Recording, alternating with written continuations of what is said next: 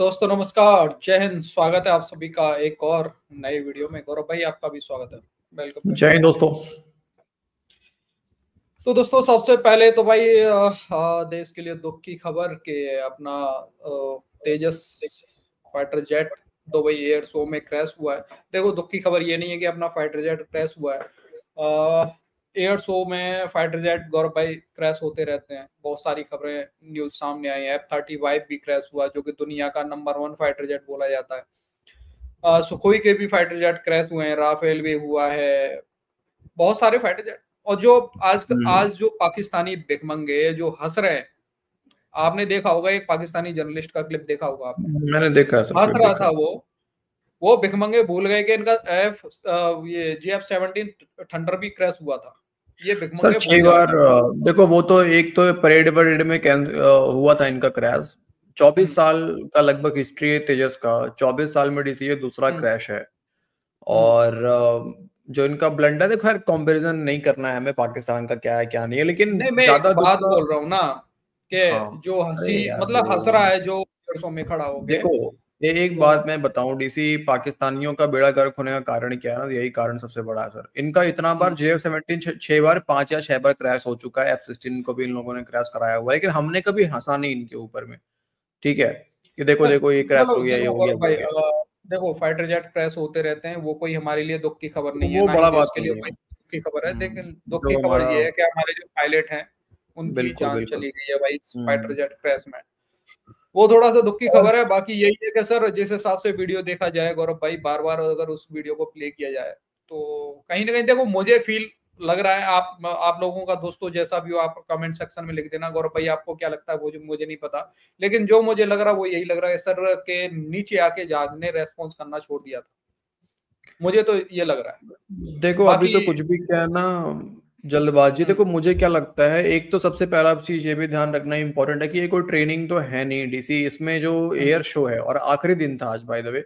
तो हाँ, जो पायलट था, जिस तरह का मैंने पूरा वीडियो देखा है, जो मैन्यूवर वो कर रहा था भाई, बहुत तगड़ा, मतलब बहुत ही एक्सपीरियंस्ड वो पायलट थे जो भी थे। उनका नाम तो मुझे बिल्कुल। नहीं पता फिलहाल अभी क्या नाम था उनका। अभी तो नाम ही पता नहीं चला उनका। हाँ, लेकिन वो होता है ना कि एयर शो है, दिखाना है, वो एक अंदर से जोश रहता है, और मुझे लगता है कि ज्यादा लिमिट को पुश करते हैं पायलट्स इस एयर शो में, जब भी कोई बड़ा एयर शो होता है तो। अब ऐसे में मे बी टाइम होता है ना, आखिरी आखिरी टाइम पे कुछ भी कैलकुलेशन, मिस कैलकुलेशन हल्का भी होता है तो विद इन सेकेंड का भी टाइम नहीं रहता है यार, क्योंकि इतना स्पीड होता है जेट्स का। तो अब पता नहीं, देखो सामने आएगा तो पता चलेगा। लेकिन हाँ, जब नीचे आ रहा था जेट तो मैन्यूवर करने के टाइम पे वो पता नहीं पावर जनरेट नहीं हुआ, या फिर ज्यादा लेट हो गया, लो एल्टीट्यूड में उतना पावर नहीं हो पाया। खैर हम तो हम्म। टेक्निकल बंदे हैं नहीं भाई, अब तो वो डिफेंस एक्सपर्ट ही बता पाएंगे, और जब जांच सामने आएगा तो ही। लेकिन खैर अपने पायलट के लिए ज्यादा तकलीफ है। फाइटर जेट तो भाई बहुत आ जाएंगे और सब कुछ है। थोड़ा टाइमिंग को लेके जरूर प्रॉब्लम है कि जिस टाइम में ये क्रैश हुआ है ना, ये टाइमिंग थोड़ा सा खटक रहा है अपने को, एयर शो में नहीं अच्छा, होना चाहिए था। एक खैर और चलो। जानकारी आई है कि ये शायद 2016 से ये तेजस फाइटर जेट 2016 से सेना में है, ये वाला फाइटर हाँ जेट। जी, 2016 से ठीक है, है, ओके। 2001 में मेडन देखो, फ्लाइट करा था। एंड हम्म। अब इस दुख को भाई हम तो कम नहीं कर सकते जो दुख हुआ है देश में, लेकिन थोड़ा सा समझ सकते हो, समुद्र में एक बूंद के बराबर एक कोशिश करेंगे गौरव भाई आज। देखो लाल टोपी हम का अपना वीडियो लेके काम आए। तो। ठीक है, हम्म। लाल टोपी का आज वीडियो लेके आए गौरव भाई। लाल टोपी फील्ड मार्शल फटा पजामा आसिम मुनीर को अंजाम भुगतने की धमकी दे रहा है, जो कि मतलब पाकिस्तान में चल रहा है ना, ये अपनी फोर्स भेज रहे हैं पैलेस्टाइन हम्म। फिलिस्तीन में। उसको लेके ये हम्म। पूरा भड़का हुआ है, और साथ में बोल रहा है कि भाई गजवा हिंद की तैयारी क्यों नहीं कर रहे हो तुम लोग, तो अंजाम भुगतने को तैयार हो जाओ। बहुत जल्द अच्छा। ऊपर वाला तुम्हें भी हटाएगा, किसी और को लेके आएगा। तो जहन्नुम के कुत्तों वाली लाइन में आसिम मुनीर को खड़ा कर दिया है लाल टोपी ने। आज दिखाते हैं भाई लोगों को। भाई लोग, कोई रिक्वेस्ट नहीं है भाई, आज सीधा वीडियो की तरफ चलते हैं गौरव भाई। मूड तो है नहीं वैसे रिक्वेस्ट वगैरह का। चलो भाई। चलो। हम पाकिस्तानियों को भी तो सईदी रसूलुल्लाह ने बिशारत अता फरमाई है कि तुम ग़ज़वा हिंद के मुजाहिदीन हो। ये पाकिस्तानी कौम चाहे या ना चाहे इसको ग़ज़वा हिंद में दाखिल होना पड़ेगा। तुम दुश्मन पर हमला ना करो, दुश्मन तुम पर हमला करेगा। दुश्मन दाखिल होगा पाकिस्तान में, किसी भी वक्त हो सकता है। आज जो हम ये बात कर रहे हैं तो दुश्मन की फौजें हमारी सरहदों पर इस तरह तैयार हैं कि किसी भी लम्हे दाखिल हो सकती हैं। आज दाखिल ना भी हो तो कल होंगी, कल ना हो तो परसों होंगी। इस जंग से फरार तो मुमकिन नहीं है। दूसरी जानिब अफगानिस्तान के लोगों ने अपना जहाज ज़ाया करवा लिया, क्योंकि उनका ताल्लुक कुरान से नहीं था।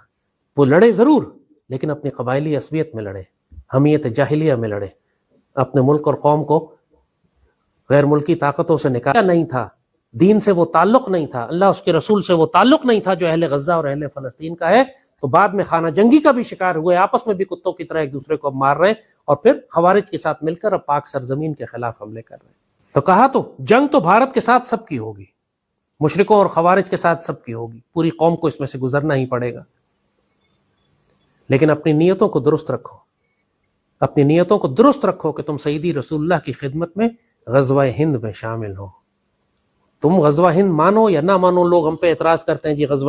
एक मिनट यार, मैं अभी ध्यान दे रहा हूँ यार, ये पीछे पीछे ही है, सरेंडर फोटो लगा दिया है क्या? अच्छा, सरेंडर फोटो लगा हुआ है दीवार पे इसकी पे। तो हो चुका तो आइंदा होगा, तो अभी तो हुआ ही नहीं, इससे कोई फर्क नहीं पड़ता। जंग तो तुम्हें करनी पड़ेगी, और अगर तुम गज़वा हिंद की नियत कर लेते हो तो अल्लाह तुमको गज़वा हिंद के मुजाहिदीन में शामिल करेगा। तुम्हारी हर सांस गज़वा हिंद के मुजाहिद के तौर पर गुजरेगी। तुम नियत तो कर लो कि मालिक मुझे गज़वा हिंद के मुजाहिदीन में शामिल फरमा ले। आज लोग बात करते हैं कि हम इमाम मेहदी के साथ होना चाहते, जिससे पूछे जी हम तैयार हैं, इमाम आएंगे हम उनके साथ, हम तैयार हैं। तुम खाक तैयार हो उनके साथ होने के लिए, तुम एक कदम उनके साथ नहीं चल सकते। वो तुमको मुनाफिक कह के तुम्हारा ही सर कलम कर देंगे। इतने बड़े मुनाफिक हो तुम लोग। लाखों लोग यहां पे इमाम मेहदी का इंतजार कर रहे हैं, लेकिन जब इमाम मेहदी आएंगे तो सबसे पहले उन्हीं का सर कलम करेंगे, क्योंकि ये मुनाफिक है, क्योंकि ये बदकार है, क्योंकि ये हरामखोर है, क्योंकि ये अल्लाह उसके रसूल से ताल्लुक रखने वाला नहीं। ड्रामा करते हैं, ड्रामे का लेवल ही नेक्स्ट है। अल्लाह का मिजाज है, वो ढील देता है, लेकिन जब रस्सी खींचता है तो बहुत सख्त खींचता है। अब खींचने वाला रस्सी खींच रही है, पूरी मुसलमान दुनिया की रस्सी खींच रही है। एक एक करके सब मुसलमान मुल्क आग और खून में नहलाए जा रहे हैं, लाखों करोड़ों मुसलमान ज़िबा किए जा रहे हैं। सिर्फ अल्लाह ने दिखा दिया है कि सिर्फ उस मुसलमान मुल्क की हैसियत है जिसके पास अस्करी ताकत है, वो पाकिस्तान है। पूरी मुसलमान दुनिया में अब माशाल्लाह पाकिस्तान जिस तरह उभर कर सामने आया, लेकिन बदनसीबी है कि ये कौम बुरी तरह से आपस में इख्तलाफात और बाहम दस्त और गिरेबा है, तफरक़े में। और हुक्मरानों में तो कुछ है ही नहीं, इनसे क्या बात करें। सिपहसालार से बात की जा सकती है, पाकिस्तान के सिपहसालार से हम कहेंगे कि अल्लाह आपको मजीद ताकत दे रहा है। पहले आप फील्ड मार्शल थे, अब उससे भी ज़्यादा ताकतवर हो गए। और हमने उस वक्त आपको ये बात कही थी कि अब आपका एरिया ऑफ रिस्पॉन्सिबिलिटी सिर्फ पाकिस्तान नहीं है, पूरी मुस्लिम दुनिया है। आप पाकिस्तान के साथ जो करना चाह रहे हैं बहुत अच्छा कर रहे हैं, मुझे मालूम है आपकी नीयत बिल्कुल ठीक है। अब अल्लाह ने आपको इख्तियार और ताकत भी बेइंतहा दे दी है। पाकिस्तान के दिफा के मामले में, चाहे भारत के खिलाफ हो या अफगानिस्तान के खिलाफ हो या खवारिज के खिलाफ हो, आपने बहुत ठीक मामला किया हुआ है। ठीक है, यहाँ हम आपको सपोर्ट कर रहे हैं, लेकिन फ़लस्तीन के मामले में आपने खयानत की है और अपनी कौम को आप गज़वा हिंद के लिए तैयार नहीं कर रहे हैं। ये दो बहुत बड़ी गलतियाँ हैं आपकी, जिसका नुकसान इस पूरी कौम को होगा। फ़लस्तीन के मामले में जो गलती और कोताही हो चुकी है, उसकी सज़ा पूरी कौम को लगेगी और हुक्मरानों की वजह से लगेगी। आप जिम्मेदार थे। और गज़वा हिंद के लिए जो आप अपनी इस कौम को तैयार नहीं कर रहे, इसका नुकसान भी यही होगा कि लाखों और करोड़ों हमारे मुल्क में मारे जाएंगे, इसलिए कि ये बेखबरी में मारे जाएंगे कि हुक्मरानों ने इनको आने वाले वक्त के लिए तैयार नहीं किया था। तो सिपहसालार से मैं दोबारा कहूँगा, आप अल्लाह उसके रसूल के आगे जवाब दें। बेशक इस दुनिया में अब कोई आपसे हिसाब किताब और सवाल नहीं कर सकता, आपको लाइफ टाइम इम्यूनिटी और इंडेमनिटी मिल गई है, लेकिन अल्लाह और उसके रसूल का दरबार है, वहाँ आपसे सवाल किया जाएगा। आपसे फ़लस्तीन के बारे में भी पूछा जाएगा और आपसे इस पाक सरजमीन के बारे में भी पूछा जाएगा। जब भारत का सिपहसालार धर्म युद्ध की बात कर रहा है, मजहबी जंग की बात कर रहा है, रिलीजियस वॉर की बात कर रहा है, तो पाकिस्तान का सिपहसालार गज़वा हिंद की बात क्यों नहीं कर रहा? बहरहाल आप अगर करेंगे तो इसमें आपके लिए खैर है, आप अगर नहीं करेंगे तो अल्लाह बेनियाज है। अल्लाह आपको तब्दील करके किसी और को ले आएगा कि जो अल्लाह उसके रसूल की इन खुशखबरियों को अपने सरकताज बनाएगा। हमारा दिल चाहता है, हमारी ख्वाहिश है कि आप ये ड्यूटी करें, आप सईदी रसूलुल्लाह की इस खुशखबरी को अपने सरकताज बनाएं, पाकिस्तान की नेशनल सिक्योरिटी पॉलिसी बनाएं, नेशनल सिक्योरिटी डॉक्ट्राइन बनाएं। दुश्मन बेशर्मी से अखंड भारत और धर्म युद्ध की बात करता है, यहूदी बेशर्मी से अपने ग्रेटर इसराइल की बात करते हैं कि 3000 साल पहले हमसे इसका वादा किया गया था। डोनाल्ड ट्रंप अपने आप को वक्त का मसीहा और पीर बनाकर पेश करता है। उनको तो शर्म नहीं आती मजहबी लिबादा ओढ़ते हुए, जबकि सब दज्जाल की फौजें हैं। हम जो सईदी रसूलुल्लाह की फौजें हैं, हम क्यों शर्माते हैं इस बात से कि हम कहें कि हम गज़वा हिंद के मुजाहिद हैं? और हम वो फौज हैं तो रायत सूद वाली फौज है, और ये वो इलाका है जहाँ से सईदी रसूलुल्लाह ने फरमाया था कि मुसलमान फौजों के साथ इमाम मेहदी निकलेंगे और तुमको इस फौज में शामिल होना है, और ये फौज जो पलटेगी तो शाम में ईसा अलैहिस्सलाम को पाएगी। पाक फौज इस बात को कबूल करते क्यों शर्माती है? क्या पलटेगी, किधर जाएगी, उल्टा भागेगी, पतलून खोल के क्या करेगी यार? पहले यार मुझे समझ में नहीं आता, गजवाहिन भाई, तुम पहले टीटीपी तो तुमसे संभल नहीं रहा, बीएलए वाले तो संभल नहीं रहे तुमसे। अभी डीसी, अभी लेटेस्ट न्यूज है, अभी ही थोड़ी देर पहले जब मैं बैठा हूँ यहाँ पे, मैं देख रहा हूँ कि आईडी ब्लास्ट हुआ है, इनके 4 या 5 जो पाकिस्तानी फौजी जो है वो निकल लिए, वो तो संभल नहीं रहे इनसे। अब देखो ना, इनके 4-5 फौजी मारे गए, लेकिन इनकी भाई साहब जो केंद्र होगा ना, जो ध्यान जिस जगह पे होगा वो सिर्फ इसी पे होगा। भारत का तेजस क्रैश हो गया भाई, वो तेजस पे ध्यान है इनका, वो ध्यान पूरा इनका तेजस पे है। देखो एक तो मैं पाकिस्तानियों को कह दूं कि जब डीसी पाकिस्तानी खुश होते हैं, पता है क्या होता है? पता ही है ना, जब चंद्रयान जब लॉन्च हो रहा था उस समय फेल हो गया था तो बड़े खुश हो रहे थे पाकिस्तानी। देन उसके बाद क्या हुआ हम सबने देखा। तेजस में कमियां हैं, बिल्कुल कमियां होंगी, कह सकते हैं, लेकिन ये इतना आसान नहीं था जो हम शो में देख रहे थे सर। वो इतनी, ये कोई दाल भात का कौर नहीं है करना, ठीक है। और जिस तरह का वो मैन्यूवर था, जो मूव था, जिस तरीके से परफॉर्म चल रहा था, वो इतना इजी मूव नहीं था। इंडियन पायलट्स दुनिया में नंबर 1 है इस टाइप के डेडली मैन्यूवर करने में, नंबर 1। और ये पहला हादसा है, ना जाने कितना कितना पार्टिसिपेट हम लोगों ने किया है। आप अगर मैं डीसी एक स्क्रीन शेयर करूं,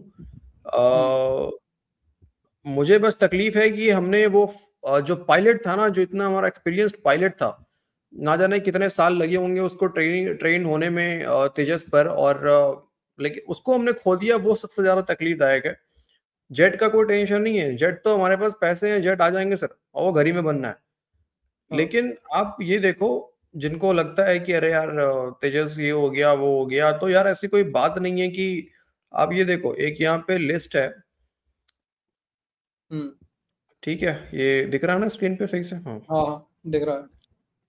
थोड़ा जूम कर देता हूँ मैं इसको। F-16 फैल्कन, ठीक है, F-16 मल्टीपल एयर शो में क्रैश हुआ है world wide. F-18 again American jet. F-35 lightning 2, ठीक है, 2023 के air show demo landing accident हुआ था, इसका क्रैश हो गया था। अगेन 2-3 बार क्रैश ऑलरेडी हो चुका है। डसॉल्ट मिराज जो हो चुका है वो क्रैश हो चुका है। राफेल हो चुका है, ठीक है, ग्रिपिन हो चुका है, यूरो फाइटर हो चुका है, Su-30, 35, MiG-29, J-10 Chinese jet जो है, एंड अगेन और भी मल्टीपल जेट्स हैं। तो ये कोई ऐसा नहीं है कि हो गया यार, ऐसा कैसे हो गया, ठीक है। होता क्या है यार कि जब हम कोई परफॉर्मेंस दे रहे होते हैं डीसी ना, नॉर्मली हम मोटर ब्लॉगिंग करते हैं, हम राइड करते हैं, तो लेकिन अगर हमें कोई मौका मिल जाए कि हमें किसी शो में जाना है, पार्टिसिपेट करना है ना, तो वहां पे यार हम थोड़ा कोशिश करेंगे कि और अपने लिमिट को क्रॉस करें। और वही लिमिट क्रॉस करने में कहीं ना कहीं थोड़ा सा मिसकैलकुलेशन हो गया, कुछ मेलफंक्शन हो गया अगर जहाज में, तो फिर वो पता ही आपको, फिर वहां से रिकवर करना इतना आसान नहीं होता है। तो अपने पायलट के लिए यार दुखी हूँ, और कोई बात नहीं है। बाकी पाकिस्तानी ये बकवास करते रहे, कल इनके मुंह पे मूतेंगे, कोई टेंशन नहीं है इनके लिए तो, लेकिन अपने पायलट के लिए यार तकलीफ है। और बस यही प्रे है यार कि उनके परिवार वालों को हिम्मत मिले। मैं तो वही सोच रहा था कि यार उनके परिवार वालों पे क्या बीत रहा होगा। और आज आखिरी दिन भी था, 21 आखिरी दिन था यार, उतने दिनों से हम देख रहे थे, बट आज लास्ट डे था, तो थोड़ा सा यही यार दुख लगा बस। खैर भाई लोग, आज के वीडियो में इतना ही था। मिलते हैं भाई नेक्स्ट वीडियो में। जय हिंद भाई एंड जय हिंद भाई। जय हिंद दोस्तों।